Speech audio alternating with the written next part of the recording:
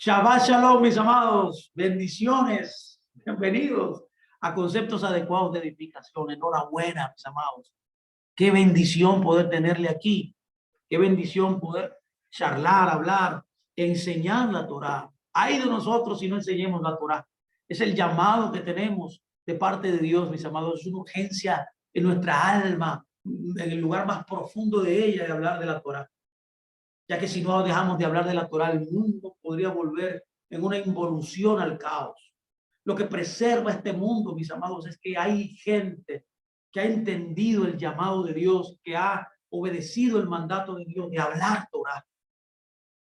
En esta oportunidad de sábado 29 exactamente de octubre, estamos estudiando la porción Noé, es la porción número 2 del ciclo anual de lectura pública de la palabra. Una porción que comprende desde Génesis 6, 9 a Génesis 11, 32. Una porción extraordinariamente poderosa, con grandes principios, grandes enseñanzas para todos nosotros, mis amados.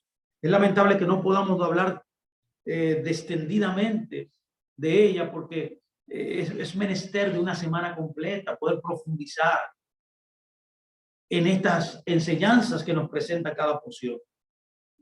Por tanto, solamente comentamos algunos aspectos importantes a forma de charla para poder nosotros edificarnos, para poder nosotros aprender a vivir como Dios quiere. El aprendizaje es motivado para podernos cambiar nuestras acciones, pero cambiar no solamente nuestras acciones, sino ir a la esencia de donde se producen nuestras acciones. Es un cambio de midot, es un cambio de características internas, de una educación que te cambie tu interior, que te transforme cada día más en hacer y ser lo que Dios quiere. Así que iniciemos esta charla de la porción Noah, viendo algunos aspectos importantes. Me voy a enfocar ahora en la Torre de Babel. Yo quiero que usted me ponga mucha atención. Es algo muy importante que debemos oír.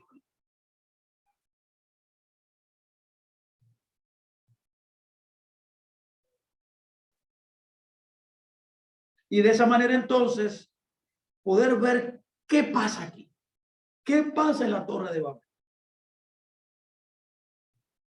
Y lo que puedo comenzar a decir es que esta es una de las historias más oídas y más estudiadas. Pero que mientras más uno la estudia, más la lee, más busca de ella, resurgen cosas nuevas que son importantes para nosotros poder crecer en nuestra vida como hijos de Dios. Inclusive me acuerdo que cuando yo participaba en la congregación, en el cristianismo, inclusive en las escuelas dominicales, a los niños se les enseñaba en forma de comiquitas, en muñequitos, como le decimos aquí, estas historias de la Torre de Babel. Y pasaba igual con las otras historias bíblicas. Pero la pregunta que yo quiero hacer, la hemos analizado con profundidad. Porque esto es un mensaje relevante hoy para todos nosotros. Una cuidadosa lectura de Génesis 11, 1, 8, donde se encuentra esta porción de la Torre de Babel, nos brindará enseñanzas muy poderosas. La Biblia dice así. Escuchen muy bien, por favor. Vamos a analizar esto detenidamente, hacer algunas preguntas para poder determinar algunas ideas importantes que nosotros debemos aplicar en nuestra vida. La Torá dice, en toda la tierra había una sola lengua. Y hemos determinado que la lengua era la Lashon HaKodesh, que era el hebreo, mis amados. Dice que había una sola lengua. Todas las naciones, todas las etnias en ese momento, las personas hablaban una sola lengua y tenían un mismo propósito. Esto es muy marcado aquí, interesantísimo, esta declaración al principio, que nos demuestra que había unidad, que no había disociación, que no había disgregación de personas. Todos estaban en un mismo punto, todos estaban en las mismas ideas, en las mismas pareceres. Ahora bien, escuchen. Y sucedió que cuando migraron, ahí está el problema. Bueno, uno de los temas más importantes que nosotros enseñamos siempre en nuestras clases es el tema de la migración. Eso es un concepto tanto físico como espiritual. ¿Qué es migrar? Es moverse de un lugar a otro. En el caso de una migración espiritual, las migraciones que Dios quiere es que usted se mueva en lugares que atraiga la voluntad de Dios. Pero como usted está notando aquí, hay un tipo de migración espiritual que no agrada a Dios. Dice, y sucedió que cuando migraron desde el este, que se traduce como pero el hebreo tiene una palabra poderosa aquí que es kedem, que significa antigüedad. Pero puede traducirse u oriente. Pero vamos a ver qué es lo que dice aquí. Ahorita vamos a profundizar más para que se pueda notar esto. Y dice que encontraron un valle llamado el Valle de Sinar. Y dice que se asentaron allí. Cada uno dijo a su compañero, hagamos ladrillos y cosámoslos con fuego. Los ladrillos le sirvieron como piedra y la mezcla le sirvió como limo. Y dijeron, vengan, edifiquemos una ciudad, una torre cuya cúspide llegue hasta los cielos. Y hagámonos un nombre. No sea que seamos dispersados sobre la superficie de toda la tierra. Y dice luego que el texto es bien puntual. Cuando sucede esto, esta empresa que ellos acaban de formular, este deseo, este propósito que acababan de ellos imaginar, la Biblia continúa y dice que Hashem descendió para observar la ciudad y la torre que había construido los hijos de los hombres. Y Hashem dijo, oye, ¿quién está diciendo? El rey de la tierra, el creador de la tierra, está dando su opinión de esto. Dice, he aquí que son un pueblo único, con una misma lengua. Y esto han comenzado a hacer. Ahora, nada, escuche bien lo que dice Dios, nada se les retendrá de todo lo que le planean hacer. Vengan, descendamos y confundamos allí su lengua, para que cada uno no entienda la lengua de su compañero. Entonces, Hashem los dispersó de allí sobre toda la superficie de la tierra y dejaron de edificar la ciudad. Esto es lo que nos enseña esta porción al inicio de esta porción, al inicio del capítulo 11, que es el último capítulo de esta porción, que es lo que quiero que veamos aquí. Aquí hay cosas muy lindas y muy importantes que nosotros debemos observar detenidamente. Como le decía anteriormente, esto es relevante hoy para nosotros. Aquí hay ideas que son importantes que nosotros tengamos en cuenta para nosotros poder tener un buen servicio delante de Dios, que Él vea y juzgue y nos vea correctamente. Note aquí que Dios no vio bien lo que ellos hicieron. El hecho no fue que ellos construyeron un edificio, porque edificar un edificio no tiene nada de malo. Aquí hay algo más. Aquí parece que Dios, cuando vio y observó, por eso dice que vio y observó, que descendió. Dice, descendió para observar, dice. O sea, Dios observa al hombre. Parece que había algo más profundo aquí, que están incrustados en esta porción, en esta parte, que yo quiero recalcar para que usted pueda verlo conmigo.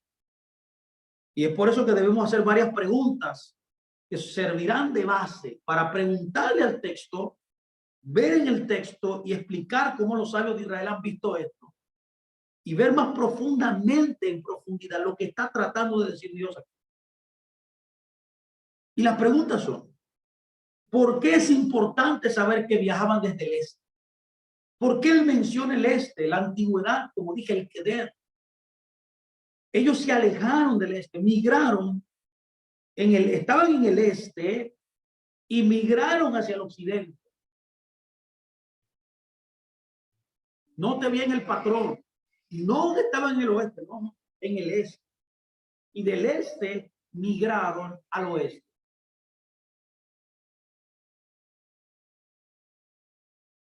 La otra pregunta que hay que hacerse es ¿por qué debemos saber que se asentaron en un valle? ¿Por qué se asentaron en un valle esta gente? ¿Por qué eligieron el valle de Sinar ahí? Ese valle hermoso que ellos eligieron.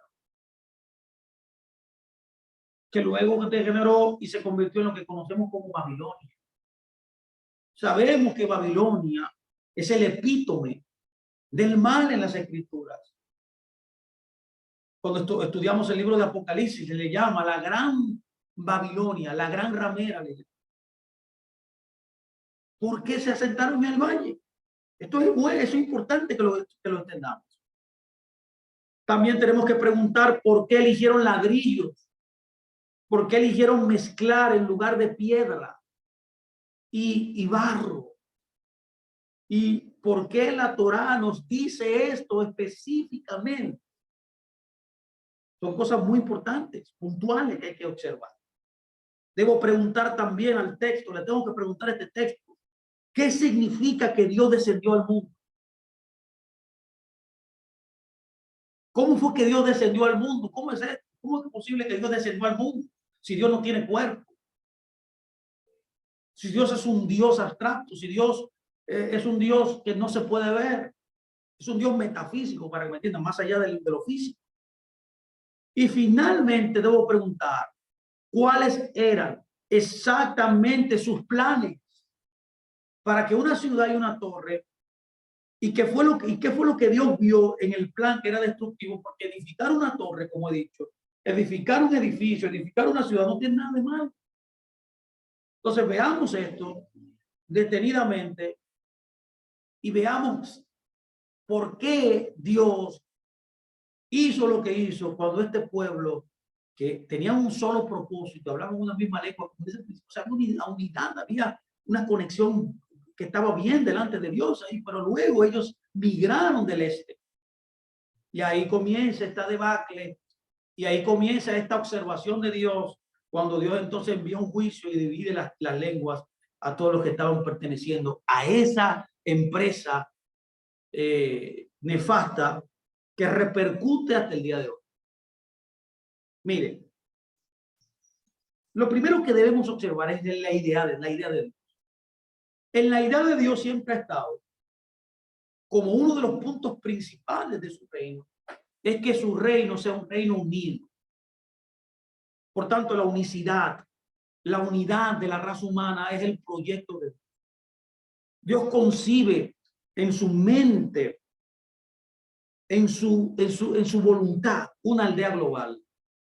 Es interesante notar que ellos temían ser dispersados por todo el mundo. Y eso fue exactamente lo que Dios hizo. El temor que ellos tenían era que el Eterno lo dispersara, y eso fue exactamente lo que Dios hizo. ¿Qué tiene de malo ser dispersado? La respuesta es una noción que tal vez nuestra generación, una generación tecnológica, una generación que ha avanzado, puede entender mejor que cualquier otra. Constantemente oímos hablar sobre la aldea global. Es un proyecto que por los últimos 20 años, la globalización ha marcado lo social, lo político en todas nuestras naciones. Y es que en el mundo nada ocurre en un vacío, nada ocurre en un vacío, nada ocurre aisladamente. Cuando ocurre algo en una parte del mundo, no solo se sabe en otra parte del mundo, en este momento instantáneamente, en segundos ya, sino que también tiene un gran impacto. Con el advenimiento de la tecnología, de los avances, todo el mundo se volvió como una pequeña aldea. Mientras más hubo más tecnología, más información, el mundo se convirtió en una pequeña aldea. Los alcances de la comunicación hicieron que sea extremadamente simple compartir el conocimiento. Todo esto provocó un gran cambio en la sociedad. Todos nosotros conocemos el dicho que dice o si no lo conoce, quiero informárselo para que lo conozca, es que 2 cerebros piensan más que uno. Entonces, sin lugar a dudas, al escuchar este refrán, cientos de naciones, o sea, miles de millones de personas, 7.800 millones de personas en este planeta, que comparten información sobre los avances tecnológicos, producirán un mundo más avanzado. Esto contribuye a nuevas invenciones en la medicina, en la tecnología y virtualmente en todos los aspectos de la vida en general. Por esa razón, escúcheme muy bien, por favor. La generación de la Torre de Babel quería con desesperación permanecer unida. Sabían que la población continuaría expandiéndose, lo que requería más y más espacio. Pero por lo menos esta generación quería tener una fuerza unificadora. Quería tener una fuerza que unificara todos sus proyectos, y esa fuerza que unificaría dentro de sus ideas era la Torre de Babel. Aunque habitaban en vastas tierras del planeta, como Dios había determinado que en cada lugar, a cada población con su propio idioma, continuarían entonces ellos considerándose, aunque vivieran apartados en muchos lugares geográficos, una sola ciudad. Entonces la idea era que sería una idea global. Mi amado, yo tengo una noticia para ustedes. Esa ha sido la intención de Dios, que la humanidad sea un solo pueblo. No importando el lugar donde nos conectemos, donde estemos. Dios en su mente siempre ha tenido en cuenta que nosotros seamos un pueblo unido. Y esa es la misma intención aquí. Tampoco podría decirse que tenían desventaja de hablar diversos idiomas, lo cual crea culturas diferentes y termina provocando peleas entre pueblo y nación. Estas diferencias culturales en algunas épocas de la historia hicieron el intercambio del conocimiento entre los pueblos. Ahora, una de las cosas más hermosas todavía en el día de hoy es poder conocer otro pueblo, poder conocer otra nación, poder, por ejemplo, ir a Colombia, ir a Paraguay, ir a Uruguay, que alguien venga aquí a la República Dominicana y poder conocer a tu hermano, que es tu hermano, parte de la raza humana, y poder estrechar lazos de familiaridad. Ahora bien, la torre unificadora era el proyecto de poder unificar, y esa ciudad también evitaría el desarrollo de estas disputas, y la humanidad podría avanzar de esa manera, de una manera tecnológica con mayor rapidez. Ahora bien, ¿cuál era la idea aquí? Hasta aquí no hay nada malo. Todos los rabinos han enseñado por generaciones que había unidad, que el proyecto de unidad es bueno, que el proyecto de unicidad es una de las visiones que Dios tiene para el mundo.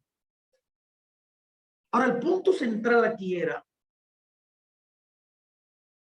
que aunque la idea de unificar era buena, parece que había algo que a Dios, que el texto así a grandes rasgos no lo dice. Pero parece que por el resultado de que vemos que como él descendió y observó la ciudad y la torre y vio y confundió sus lenguas y dividió a todas las lenguas y dejó la lengua Kadosh destinada a una sola nación, a un solo pueblo llamado Israel, como usted sabe. Parece que la idea a Dios no le entusiasmó. No el hecho en sí mismo de construir una torre, construir una ciudad, sino lo que había detrás de la intención que ellos tenían.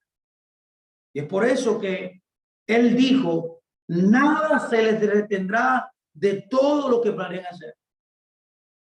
En otras palabras, cuando el hombre se propone algo en su mente, cuando el hombre resuelve lograr algo, lo puede hacer. inclusive dándole la espalda a Dios. Somos capaces de hacer lo que nos propongamos hacer, de lograr lo que queramos hacer. Ahora bien, la pregunta que debemos hacer, ¿qué de malo tenía lo que querían hacer? Vemos que la unicidad es buena, vemos que los proyectos de unificar para que no haya peleas, disputas es bueno. Ahora, ¿qué tiene de malo lo que querían hacer? Cuando el hombre, escúchame muy bien aquí, cuando el hombre, aquí está el punto, cuando el hombre puede lograr lo que desea, y ahí está el punto, que el hombre puede lograr lo que desea. Pero cuando el hombre puede lograr lo que desea, no necesita a Dios. Entonces, dentro de la mente que provocó esta unicidad, el motivo no era bueno. Ya que el hombre que tiene poder, que tiene fama y que persigue una meta, que persigue un proyecto y lo desea y lo puede lograr, tiene la tendencia. Esto es un testigo y muchos versos en las escrituras y muchas historias en la escritura nos demuestran esta verdad, incluyendo el pueblo de Israel. Puede verse en el libro de los jueces también, que mientras Dios los libertaba, ellos volvían al pecado. Y mientras estaban bien con Dios, mientras estaban, luego de que Dios los restauraba y le daba bendición y prosperidad, volvían y caían.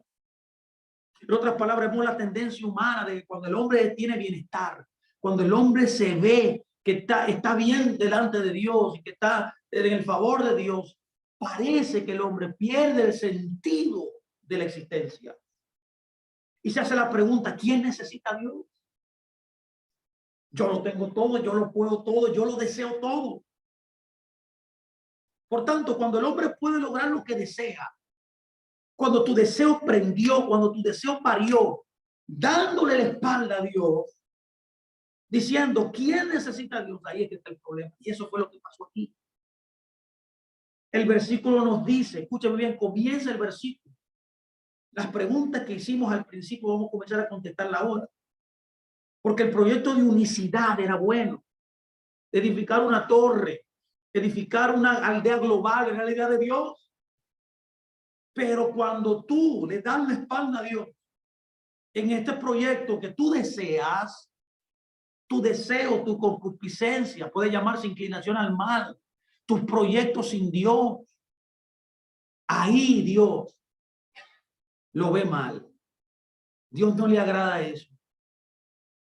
Por eso dice que desde el mismo primer verso de esta historia, dice que ellos viajaron desde el este. Esto es lo primero que debemos ver. Sus ideas provocaron una migración. La referencia previa, usando la ley de la primera mención, cuando una palabra, un concepto en las escrituras aparece por primera vez, es lo que determina su uso en las escrituras. Aquí no es la primera vez que aparece esta palabra, sino que aparece por primera vez cuando Dios creó el jardín del Edén. La referencia previa fue el jardín del Edén. Esto nos debe llevar a suspicacia inmediatamente. Nos debe enseñar qué está pasando aquí. Y lo que estamos tratando de decirnos la Biblia, al tener este dato importante, es que ellos deseaban alejarse del lugar más cercano de Dios que existía. ¿Lo puede ver? No necesito a Dios. Mientras más me aleje de Dios para cumplir un proyecto, está todo bien. Esta fue la idea que se levantó en la mente de este grupo. Ellos deseaban alejarse del lugar más cercano a Dios que existía y forjar su propio destino sin la ayuda de Dios. Deseaban construir una ciudad y una torre que los unificara, pero precisamente querían comenzar no solamente alejándose del lugar donde Dios estaba, sino que también la comenzaron a construir en un valle. Póngame atención aquí, aquí hay una idea importante también que hay que ver. Aunque usar una colina y una montaña les hubiera facilitado que la torre fuera lo más alta posible, no quisieron usar nada natural, ya que lo natural es hecho por Dios. ¿Qué es lo que estoy tratando de decir? Que en ambas cosas que la Biblia está diciendo, en migrar hacia el oeste, el lugar más cercano de Dios, y edificar una torre en un valle, no en una montaña como todos los templos y los lugares sagrados estaban, y en su lugar elegir un valle, era tratando de decir, esto fue hecho por Dios. En otras palabras, estaban tratando de decir, en mi proyecto, en mi vida, en lo que estamos emprendiendo, no hay lugar para Dios. Puede ver esto, qué hermoso es esto, qué mensaje más extraordinario nos está dando Dios hoy. Entonces, eligieron ladrillos y mezcla también, dice la Escritura. ¿Por qué? Porque también, al igual que las otras partes de esta historia que nos está informando en detalle, su mentalidad. Ellos negaron usar materiales hechos por Dios, como piedra o barro, y prefirieron en otra manera, en otra forma, crear sus propios materiales de construcción. Dios descendió al mundo al ver toda esta acción de ellos. El texto nos lo está diciendo, pero cuando veamos más detenidamente, podemos dilucidar lo que está sucediendo dentro de esas personas, las motivaciones que tienen a hacer las cosas. Dios lo que está enseñándonos hoy a nosotros es cuáles son las motivaciones de lo que nosotros hacemos en nuestra vida, en todas las áreas de nuestra vida. ¿Qué mueve tu mundo? ¿Qué mueve tus proyectos? ¿Qué mueve las acciones que tú haces en esta vida? Ese es el tema aquí. Dios descendió al ver esto, al ver que el hombre quería independencia, al ver que el hombre quería ser autónomo de Dios, al ver al hombre que quería alejarse de todo lo que él había creado, de todo lo que él había hecho, de su intención original, para asegurar que el hombre no proclamara. Él desciende con la intención de decirle al hombre que el hombre no proclamara que el mundo le pertenece al hombre sin la intervención de Dios. Estamos en presencia de una acción soberana de Dios, al igual que las plagas. Cuando esas cosas suceden en la Biblia, como este caso, el caso de las plagas, donde Dios interviene de una manera soberana, está diciendo, el hombre no es el dueño de la vida. El hombre no fue creado para ser autónomo. Al hombre no le pertenece el mundo. Él está diciendo, yo soy el soberano. Yo soy el que controla inclusive todos los eventos de la naturaleza. Es por eso que él debió asegurar, no solamente para esa generación, sino para nosotros en el día de hoy, que el hombre no se hiciera un nombre para sí mismo. Es lo que yo he venido hablando por mucho tiempo, ya que el deseo de pertenecer, el deseo de poder y de fama, el deseo de honor es lo que mueve a la historia. Lo que ha movido la historia, esta es una de los ejemplos primarios en las vidas de la humanidad, esta edificación de la Torre de Babel. No es simplemente edificar una ciudad o edificarse una ciudad, una torre, ¿no? En eso no hay nada de malo. Era la intención detrás. Él quería que el hombre no se asegurara un nombre para sí mismo, como dice el texto, sin que Dios diera el sello de aprobación y su dirección para tal empresa. ¿Qué está diciéndonos Dios? Que tú necesitas saber hoy que cada cosa que tú emprendas, hagas en tu vida, tú no puedes darle la espalda a la voluntad de Dios. Ese es el punto aquí. Hacerse un nombre es que cuando yo hago algo, lo hago en nombre mío, no en nombre de Dios. Yo dejo detrás a Dios. Yo no tomo en cuenta la voluntad de Dios. Es por eso que en esta porción se recalca una y otra vez que Noé hizo lo que Dios le dijo. lo dice varias veces y hace el contraste luego del diluvio de esta generación que no aprendió del diluvio, que aunque fueron testigos presenciales, bueno, y testigos los buenos auriculares de la tradición, no aprendieron la lección que produjo el diluvio, que es una nueva creación que Dios hizo y comenzó con un hombre justo llamado Noé para representar en esa generación la justicia y la moral que él quería ser determinada en las naciones de la tierra. No es una luz del mundo, es una lumbrera, un ejemplo para todos nosotros. Pero esta generación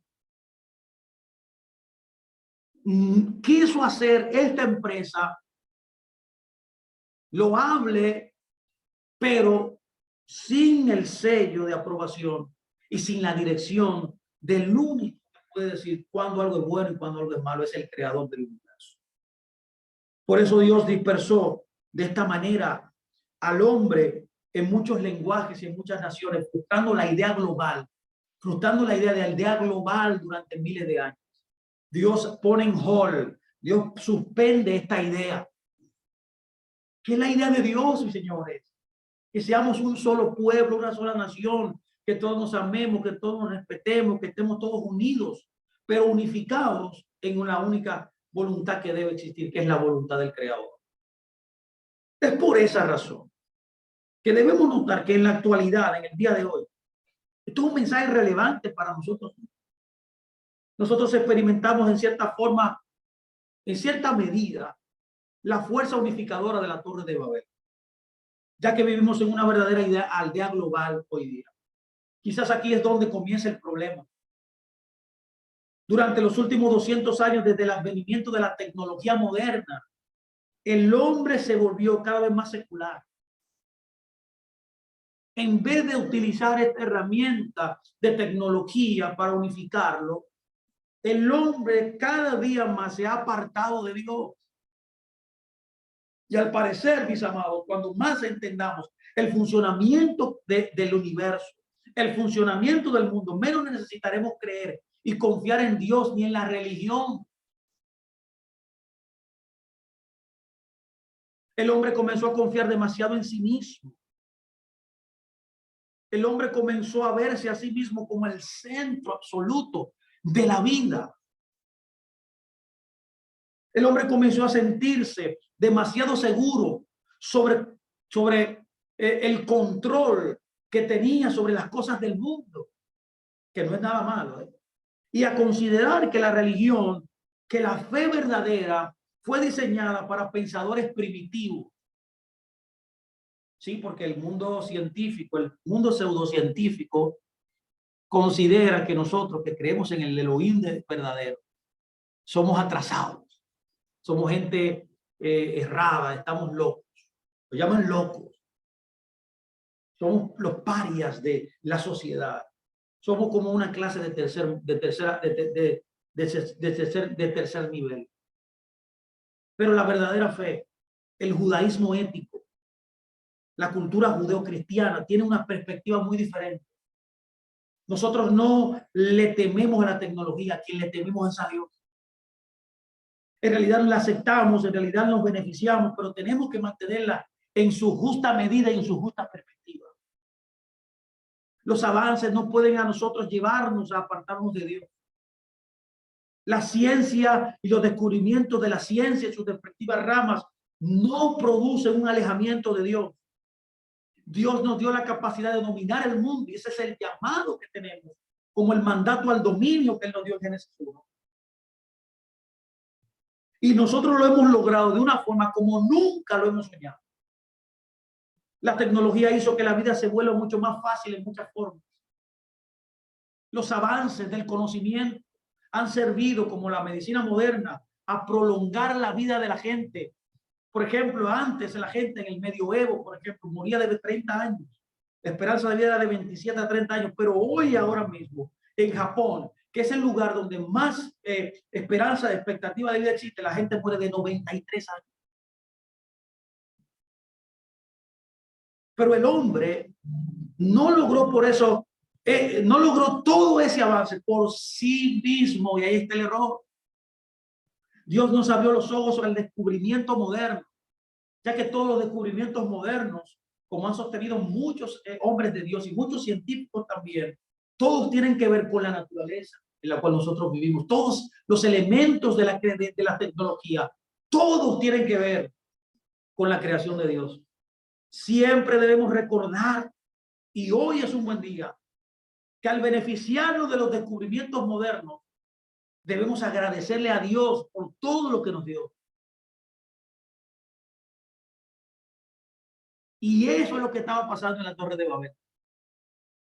No queremos emular los objetivos de las personas de la Torre de Babel, de entender que los avances, el crecimiento, inclusive la prosperidad y todo lo que nosotros hagamos en esta tierra, lo hemos logrado nosotros mismos y que podemos hacernos un nombre, una reputación y diciendo, yo no necesito a Dios. Dios no es parte de mi mundo. Dios no es parte de mi proyecto. Tratando de una manera engañosa de autoengaño, que es el mayor nivel de engaño, el autoengañarse, alejar a Dios de los proyectos, de los avances y de todo el caudal de beneficios que por la gracia de Dios nosotros hemos descubierto en nuestras existencias. Cuando tomamos la píldora más moderna para tratar un dolor de cabeza, por ejemplo, debemos decir una breve plegaria a Dios pidiendo que la medicina funcione. Mire, eso se ha demostrado hasta científicamente. Cuando un médico ora con su paciente, se encomienda a Dios cuando va a operar a alguien, hay una estadística que dice que casi el 90% de esas operaciones salen bien. Ya que el don de operar y el dar la salud y la sanidad viene de Dios las dos. Por tanto, es justo decirle a Dios, gracias a Dios, médico que va a operar. Y Dios, gracias por el talento que me di. Y esto yo lo voy a hacer en tu nombre. Y cuando también el paciente, al ser operado y sus problemas ser revertidos, darle la gloria a Dios y decir, Dios, tú eres el que sana. No simplemente confiar en el talento ni en el invento que el hombre ha hecho. Al usar nuestras computadoras e internet, por ejemplo, sería bueno tomarnos un momento cada día para agradecer a Dios por darnos la capacidad a un hombre de crear una herramienta tan asombrosa para escribir y para comunicarse. Para eso fuimos diseñados, para ese motivo fuimos creados, para vivir esa clase de mundo. ¿Cuál clase de mundo? Que la civilización, que la generación de la Torre de Babel no entendió. Y es uno de los cuales el hombre hace descubrimientos, levanta proyectos, cumple su llamado en la tierra de dominar el mundo. Para eso fuimos llamados.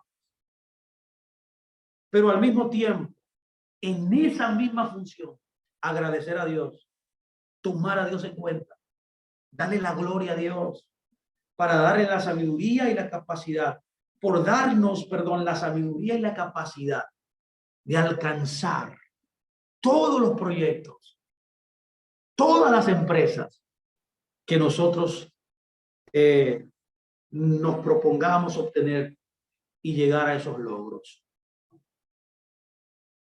¿Lo puede ver? Aquí está esto reflejado, aquí está el misterio ya, lo profundo de esto. El punto estaba en la intención que tenía. El punto está no en edificar una ciudad, una torre, no, o en la idea de unificar al mundo como una aldea global, porque eso siempre ha sido la idea de Dios, es la intención que había detrás.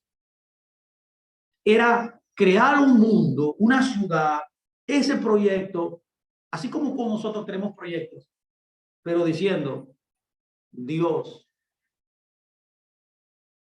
no es parte de este proyecto. No quiero a Dios. No lo necesito. Dios no es relevante. En otras palabras, yo puedo hacerlo yo. El superyo, el superhombre. Es la determinación del propio ego humano en persona. Eso es lo que nos refleja y nos enseña esta porción de la Torre de Babel del capítulo. Ahora yo quiero, tenemos tiempo, seguir avanzando un poco más en otra idea importante que quiero que notemos en esta porción. Y es la idea de Dios en nuestras vidas de que nosotros debemos, para no llegar a ese resultado, ¿no? El resultado de la Torre de Babel, de tener ideas que Dios no quiere, de pensar diferente a como Él determina y como Él aprueba, ya que Dios solamente es el único que puede aprobar tu proyecto de vida, tus empresas. Es Dios que debe decir, esto está bien, esto va bien, me agrada lo que dices. Como cuando Jesús se bautizó, ¿se acuerda? Que dijo, este es mi hijo amado en el que yo tengo complacencia. Eso es lo que Dios quiere hacer con nosotros. Eso es lo que un padre desea que su hijo haga. Ahora bien, para poder lograr esto, también en esta historia hay un modelo perfecto que nos enseña cómo Dios va a probar todo lo que nosotros vamos a hacer. Para no degenerar en esa acción, en ese pensamiento, en esa intención de esa generación de la Torre de Babel. Es por eso que comienza esta porción con Noé. Con Noé. Y dice esta porción, en el verso 17 exactamente. Quiero leer. He aquí, yo traeré un diluvio de agua sobre la tierra para destruir a todo ser que tiene espíritu viviente debajo de los cielos. Todo lo que haya en la tierra perecerá. Esto dice Dios.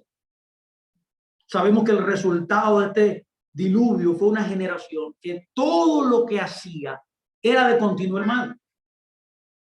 Por eso los sabios han dicho que cuando nuestras maldad, nuestras acciones sobrepasan, perdón, nuestras malas acciones sobrepasan nuestras buenas acciones, Dios siempre trae una recreación de la humanidad.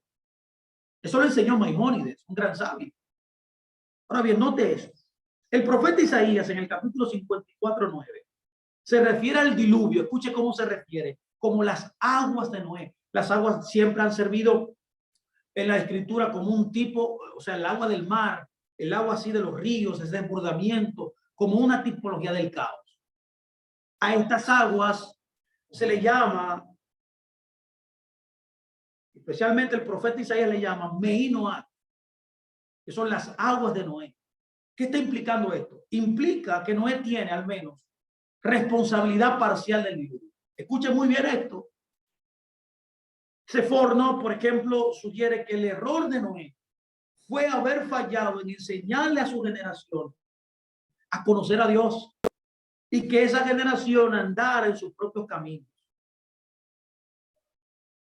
Dios quiere que nosotros seamos personas, escuchen muy bien, que enseñemos a los demás conocer a Dios, que hagamos conocer a Dios, primeramente con nuestras acciones y luego con nuestras enseñanzas, no al revés, no enseñar y no hacer, no, es primero vivir la fe y luego enseñar. Eso hace que la gente conozca a Dios y que la gente ande en sus caminos. Ese es el llamado que Jesús mismo nos dio. Hagan discípulos.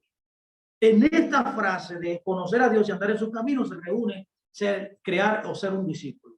No solamente es evangelizar. Ah, no, que yo evangelicé, que yo le presenté el evangelio a alguien y ya porque él levantó su mano y dijo, ay, yo creo en Dios, hoy me arrepiento, ya le salvo. No, eso es así. El llamado es a ser discípulo. Hacer discípulo es un proyecto a largo plazo. Por tanto, Sephora nos quiere decir que si él les hubiera enseñado a esa generación a conocer a Dios, ellos de seguro se habrían arrepentido. Podemos explicar que podemos explicar la intención de Sephora al decirnos eso. El Midrash comenta sobre la frase, él caminó al árbol de la vida, o sea, al Derek Erev. Ese Derek Erev son las midot. Son las buenas cualidades del carácter. Pónganme mucha atención porque aquí hay un punto importante que yo quiero recalcar. No queremos ser como la generación del diluvio. Por esa razón, entonces, debemos hacer crecer en nuestras vidas las cualidades de Dios. En hebreo, los midot son cualidades del carácter. Midot o los midot son el camino que lleva al árbol de la vida que está. Pónganme mucha atención aquí, ojo aquí. Los midot, las buenas cualidades del carácter del ser humano, son los que llevan al ser humano al árbol de la vida que es la Torah. Por eso, Derek Eref precede a la Torah. Para poder adherirse, para poder acceder a la Torah, necesitamos, conforme a los sabios, edificar unas cualidades de carácter apropiadas. Primero, al oír esto, lo que estoy tratando de decir es que primero uno refina sus midot. Y solo entonces, consecuentemente, a poder refinar sus rasgos de carácter, usted puede hacer que la Torah habite en su vida. La Torah no puede residir en una persona que no posea buenos midot. La Torah no reside, no habita. Por eso el libro de Eclesiástico, un libro deuterocanónico interesantísimo, un libro de sabiduría, igual que Eclesiastés, igual que los Salmos, están en las Biblias católicas. Yo le invito a que lo lea, que se lo escribió un judío. Ahí dice literalmente en el capítulo inicial, hablando de la sabiduría, dice que la sabiduría no reposa donde hay maldad. Esto corrobora lo que Seforno, un gran sabio de Israel de bendita memoria, nos dice, que la Torah no puede residir en una persona que no posea buenos midot, donde no hay derek eref, no hay Torah. Eso también lo dijo el rabino Yoná en el tratado Pirkei Avot, capítulo 3, 22. Donde no hay un derek eref, no hay Torah. Y a pesar de que solo la Torah puede llevar a los midot, al perfeccionamiento de los midot, últimamente, donde no hay base de midot adecuados, la adquisición de la Torah es imposible. Por eso hay mucha gente que no puede acceder al conocimiento y a la práctica constante, firme de la Torah, porque en su vida no han edificado, no han desarrollado atributos puntuales que permitan que la sabiduría de Dios habite en tu vida. La negación categórica que hace el rabino Yoná de la posibilidad de que la Torah reside en una persona que carece de buenas midot puede entenderse de dos maneras y ambas son ciertas. Póngame atención, esto es interesante hoy. La primera es la falta de buenos midot en una persona y esto genera y posibilita que finalmente la retención de su conocimiento de Torah no sea posible, sin importar cuán grandes sin importar cuán grande sea imposible, porque su falta de un carácter adecuado de los midot evita que la Torah se conecte con la esencia de su propia alma. Esto es lo primero que nos enseña esta enseñanza del rabino Yoná. Por eso, al dejar este mundo, la Torah no lo acompaña, sino que se queda atrás con sus otros componentes físicos externos. O una explicación alternativa es incluso que en este mundo la Torah no se queda con él.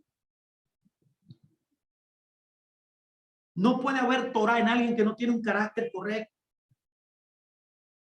Es por eso que Dios está buscando la perfección del carácter. Es por eso que llama a Noé como un modelo paradigma de una nueva creación, un hombre justo y perfecto, ya que él había refinado su carácter, Por eso halló gracia a los ojos de Dios. Era un hombre obediente, era un hombre sumiso, era un hombre humilde. Y la idea puede entenderse mejor con la siguiente anécdota. Maimónides, lo voy a leer directamente aquí para que lo pueda ver. Maimónides tenía una disputa con un filósofo sobre si el instinto o el entrenamiento es el factor decisivo en el comportamiento animal. Para probar la eficacia del entrenamiento, el filósofo le enseñó a gatos a pararse erectamente, a balancearse en bandejas y a servir como garzones. los vistió para su rol y realizó un banquete con los gatos como garzones. Maimónides anuló su prueba al soltar algunos ratones en el banquete. Los gatos, olvidándose de su entrenamiento, dejaron caer las bandejas y los platos al suelo mientras corrían en 4 patas persiguiendo a los ratones. Esta es la anécdota que puede explicarnos claramente esta verdad extraordinaria de poder desarrollar nuestro talento, nuestro carácter. Los seres humanos también tienen sus instintos básicos, como esos ratones, como esos gatos, y sus deseos también, que sin entrenamiento, sin una edificación correcta, sin una construcción paulatina de un cambio constante, los llevan a estar en 4 patas y a comportarse como animales. Sin embargo, un ser humano es distinto a los animales por su posibilidad, por su capacidad. Bueno, ya la ciencia lo ha descubierto. La ciencia ha descubierto cómo eso puede suceder, y ese es un concepto científico que se llama plasticidad cerebral. Se ha descubierto científicamente que el hombre tiene la capacidad de poder edificarse a sí mismo. Tiene la capacidad, la habilidad de poder cambiar. Eso es lo que estamos tratando de enseñar hoy, de perfeccionar los bidots para que ellos puedan controlar los instintos básicos. Es bien sabido que tenemos instintos, es bien sabido que tenemos deseos, pero hay algo dentro de ti también que te da la potencialidad, la capacidad de poder retenerte, de tener autodominio, de tener autocontrol, de que los instintos y tus deseos no sean los que te controlen. Alguien que no ha trabajado, mis amados, alguien que no está trabajando en perfeccionarse a sí mismo, en perfeccionar sus vidas, podrá, al igual que los gatos entrenados, ser capaces de llevar a cabo un espectáculo de disciplina de la Torá por un tiempo. Yo le llamo a esto tipo de acciones, tipo de escenarios y de manifestaciones, creyentes domados. No todo el mundo ha sido transformado. Potencialmente estamos transformados en el Mesías. Lo dice Pablo, porque si alguno está en el Mesías, nueva criatura es. Pero la evidencia que se ha presentado a través de los años y que hemos observado es que hay muchos creyentes que al no envolverse en el trabajo perfeccionador de su propio carácter, dándole prioridad a los dones, en lugar del carácter, ha producido que personas no trabajen sus modales. Ha producido que las personas no trabajen su carácter. El peligro de no trabajar su carácter, de no conocer los elementos más importantes con la cual usted puede edificarse usted mismo, traería al traste inclusive hasta la pérdida del mundo venidero. Podrá usted estar domado por un tiempo, podrá usted estar disciplinado por un tiempo, como esos ratones, como esos gatos, pero mientras aparezcan ratones, inmediatamente todo lo que usted ha domado se altera inmediatamente y se manifiesta en su vida lo que realmente los rasgos de carácter que usted presenta. Un estudioso de la Torá, dice Maimónides, un talmidid jajam, un estudiante como son todos, es aquel que ha logrado tener buenas cualidades. ¿Cuál es el foco aquí en esta parasha? Noé, que es el modelo del perfeccionamiento del carácter. También lo fue José en su generación, por eso se le llamó José el justo. Noé se le llama un hombre justo y completo. Perfección en el carácter. Estamos en evidencia de un paradigma, en un nuevo comienzo de recreación a través del diluvio que Dios hace.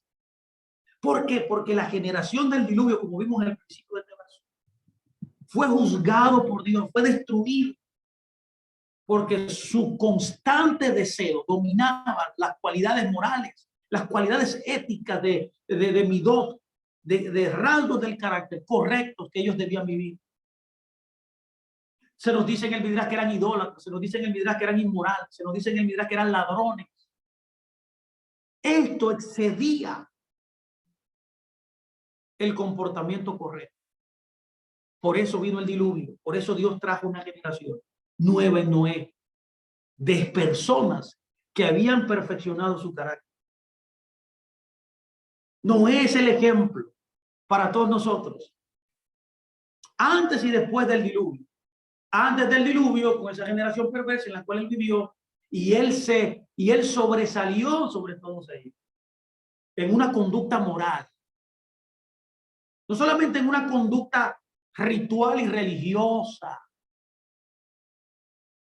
No debemos escondernos en la religión para poder mostrar quiénes realmente somos. No, debemos escudarnos en nuestra moral primero para poder expresar nuestra espiritualidad. Es por eso que dice Santiago, no sé cuántos ustedes han oído que dice, que la oración del justo puede mucho. Óigame bien, no la oración,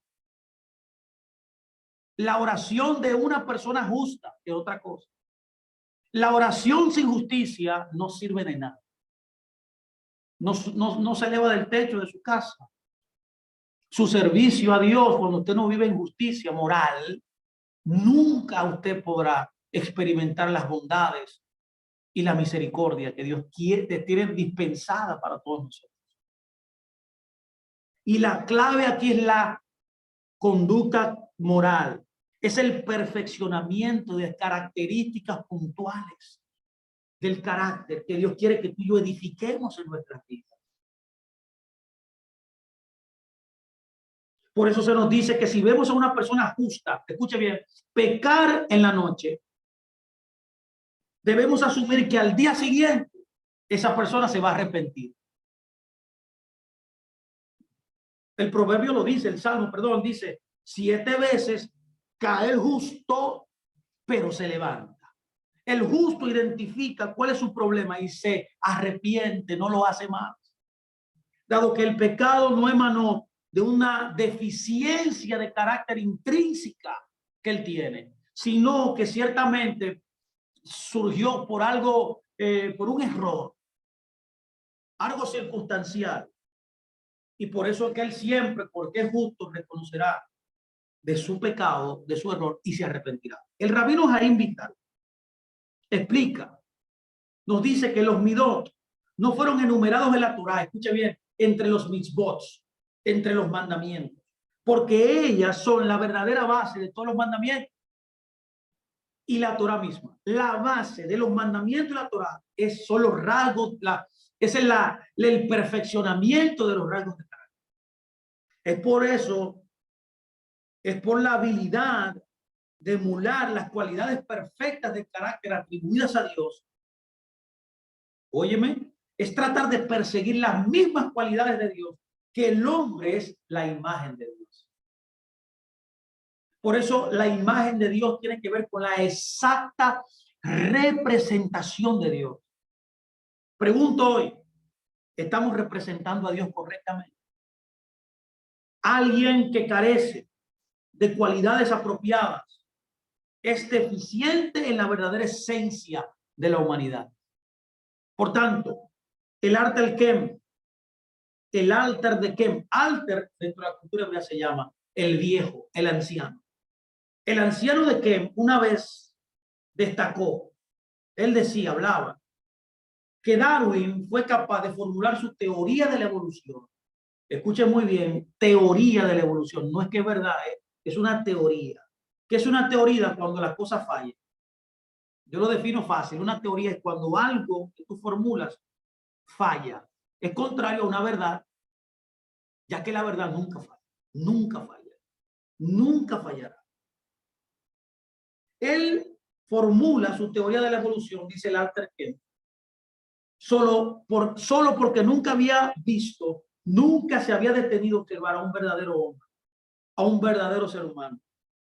Por eso podía ver al hombre como nada. Lo podía ver más que como un mono inteligente. Una de las cosas que ha causado más daño en la sociedad humana es la teoría de la evolución. Yo odio esta teoría, de verdad. Tengo que reiterarlo aquí, lo odio. No estoy de acuerdo absolutamente en nada de lo que expone este hombre llamado Darwin. El Arthur Kent decía, si él hubiera visto a mi maestro, lo cito, si él hubiera visto a mi maestro, el rabino Salanter, que era el maestro del Arthur Kent, que desarrolló sus cualidades a un grado de perfección, que expresaba completamente la esencia divina, él nunca hubiera concebido la posibilidad de que los seres humanos evolucionaron de los monos. Eso dijo el Arthur Kent, un gran sabio del pueblo de Israel. Los padres de Darwin seguramente eran personas socialmente respetables, pero en relación al verdadero desarrollo del carácter, ellos eran simples gatos entrenados, como vimos en la historia de Maimónides, cuyos deseos instintivos podían llevarlos en cualquier momento a estar en cuatro patas. Yo le pido a usted, mi amado, por favor, que no permita que sus deseos, sus intenciones, bueno, esto se conecta a lo que dijimos al principio de la Torre de Babel, fueron sus deseos evitando y sacando los deseos de Dios de que ellos hicieron esa empresa de construir el arca. ¿Por qué posibilitó esto? ¿Qué propulsó esto? Bueno, la pobre empresa que tenían de perfeccionarse a sí mismos. Alguien que se perfecciona en el carácter, alguien que emula a su creador, alguien que vive como vivió Noé, como el paradigma de la nueva creación aquí en esta porción, podrá entonces acceder a las bondades más extraordinarias del reino de Dios. Podrá conformarse a la esencia suya, mi amado, a la intención con la cual usted fue creado. Usted fue creado para vivir, mi amado, escuche, moralmente correcto en esta tierra. Y eso solamente es posible cuando usted perfecciona su carácter. Los pecados de inmoralidad, de robo, por ejemplo, de la generación del diluvio, eran simples síntomas de una enfermedad subyacente. Es muy común que la gente siempre vea los síntomas. Pero el verdadero problema era la deficiencia de su desarrollo del carácter. Ese es el motivo del cual nosotros tenemos todos los problemas que nosotros nos hemos encontrado en nuestra vida. Usted sabe los problemas que yo me he encontrado en esta vida por no perfeccionar mi carácter. Muchísimos. Noé atacó los síntomas, pero falló en curar la enfermedad. Nosotros como maestros debemos enfocarnos y enseñar a nuestros estudiantes que ellos deben enfocarse en el desarrollo de sus midot. Es por eso que todo importa cuando usted tiene una conexión con un discípulo y esta relación maestro-discípulo se da. Inclusive cómo usted habla, inclusive cómo usted le habla a él, inclusive cómo yo le hablo a ustedes, inclusive la hora que llegamos, inclusive si puedo cumplir mis promesas, inclusive si me envuelvo en lo que en mis deberes como un creyente. Es igual en una congregación local. Todo lo que se hace en una congregación local, todo muestra tu carácter. Cómo te sientas, cómo hablas, cómo socializas, cómo asumes tu responsabilidad en ese lugar. Lo que haces en tu casa, en tu familia, también muestra cuál es tu carácter, cómo tú tratas a tu esposo, a tu esposa, a tus hijos, cómo tú le hablas, cómo tú te modelas delante de ellos para que ellos puedan verte como un ejemplo de autoridad correcta. Eres un padre amoroso, eres un padre dispensador de favores, pero eres un padre egoísta, un padre que no le da tiempo a sus hijos, que no habla con ellos, que no comparte con ellos. Todo es una manifestación de lo que hay dentro. ¿Qué es lo que hay dentro? El carácter. Por esa razón,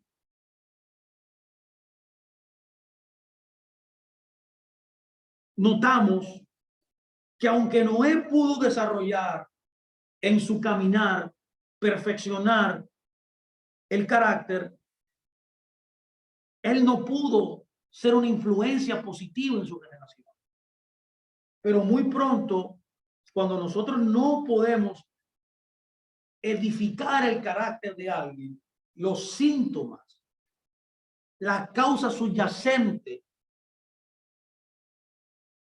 muestran estos síntomas, pero tampoco la esencia, la causa subyacente, lo que genera estos síntomas no puede ser destruida, no puede ser trabajada.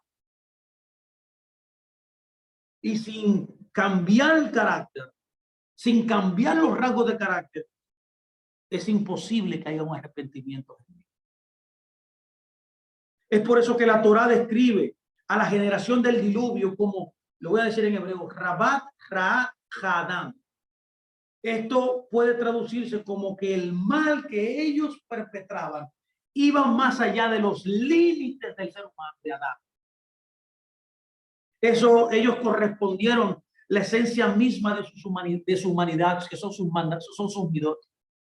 Ellos se corrompieron en su propia esencia, en el diseño que Dios le dio para vivir. Tengamos cuidado ahí, mi amado. Por eso el Midrash dice que ellos fueron castigados medida a medida. O sea, lo que hicieron produjo un efecto circunstancial o directamente proporcional a sus actos. Es lo que Pablo enseñó en una ocasión, que dice que lo que el hombre sembrare, eso también segará. Ellos destruyeron su humanidad. Cuando yo no edifico mi carácter, cuando yo no perfecciono mi carácter y desbordo mis deseos y excedo mis deseos, estoy destruyéndome a mí mismo. En otras palabras, el orden natural se anuló y las aguas de las profundidades sobrepasaron sus límites e inundaron el mundo. Vino un juicio de Dios. Asimismo, el resultado del diluvio fue literalmente disolver esta raza humana que se había distorsionado en su esencia, en su naturaleza. Una manifestación externa de un decaimiento espiritual interno. Qué interesante poder ver esto y ver el contraste de la diferencia de Noé como Abraham. Eran hombres de Dios. Pero en el caso de Abraham fue diferente, porque en el caso de Abraham pudo influenciar a su generación. O sea, debemos ser instrumentos que a través de un cambio estructural de perfeccionamiento del carácter, nosotros poder influenciar a otra gente, contagiar a otra gente de que ese es el camino correcto, de que la justicia realmente paga, de que la moral realmente paga, de que la ética es el llamado de la humanidad, de que la moral es el llamado estructural, la asignación de todos nosotros. Yo no puedo hacer nada en mi vida que sea contrario a la esencia con la cual yo fui creado. Así que, mis amados, permítame terminar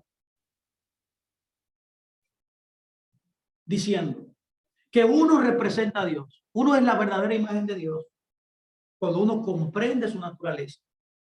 Y la naturaleza nuestra es el perfeccionamiento del carácter, el poder comprender que Dios es el dador de este carácter y que Él es la representación misma de cada uno de estos caracteres, y yo en mi vida emularlo. Para eso estamos aquí.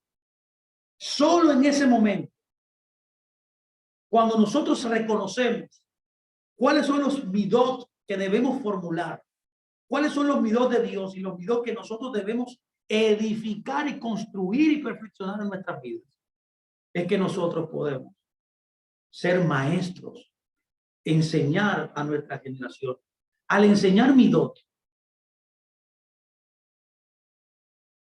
podemos destruir todos los ídolos, podemos destruir toda la inmoralidad y podemos por esa vía, a través de una ética, poder nosotros convencer a nuestros contemporáneos a abandonar sus ídolos, a abandonar sus dioses, a abandonar sus ideas y a conformarse a un perfeccionamiento del carácter que viene exclusivamente del verdadero Dios. Es por esa razón que Abraham fue el paradigma y fue el elegido para ser el progenitor del pueblo de Israel. Y este espíritu de lo que era Abraham está resumido en el Génesis 18:19, que dice: porque sé que él ordenará a sus hijos y a su casa que sigan el camino de Dios, haciendo caridad y haciendo justicia. Dios sabía que Abraham iba a dirigir a sus descendientes en el Derek Hashem, en el camino de los mitzvot. ¿Cuál es el Derek Hashem? El camino de Dios. Los mitzvot, la edificación y el perfeccionamiento del carácter humano, que es lo que guía el árbol de la vida, que es la Torá. Es por eso que nosotros, todos nosotros, debemos recordar esta charla, esta historia de Noé, esta porción Noé. Nosotros que somos descendientes de Abraham y que somos los merecedores, por eso siempre nosotros bendecimos a Dios cuando decimos que bendito eres tú entre los nuestros, porque nos santificaste con tus mandamientos y nos ordenaste guardar la Torá. Este es el legado de los descendientes de Abraham. Personas que para poder evitar los diluvios de la vida, para poder luego no perderse como se perdieron en su intención los que edificaron la Torre de Babel, nosotros ser personas que perfeccionan su carácter, que perfeccionan sus rasgos distintivos de su naturaleza, que en hebreo se llama midot. Ese es nuestro llamado. Eso es lo que quiere enseñarnos Dios en esta porción. Así que esperamos que esta porción haya sido de gran bendición para ustedes. Que el Eterno bendiga sus vidas y que podamos nosotros ser realmente la imagen de Dios en esta tierra. Un abrazo, me despido de todos. Shabbat Shalom, mis amados.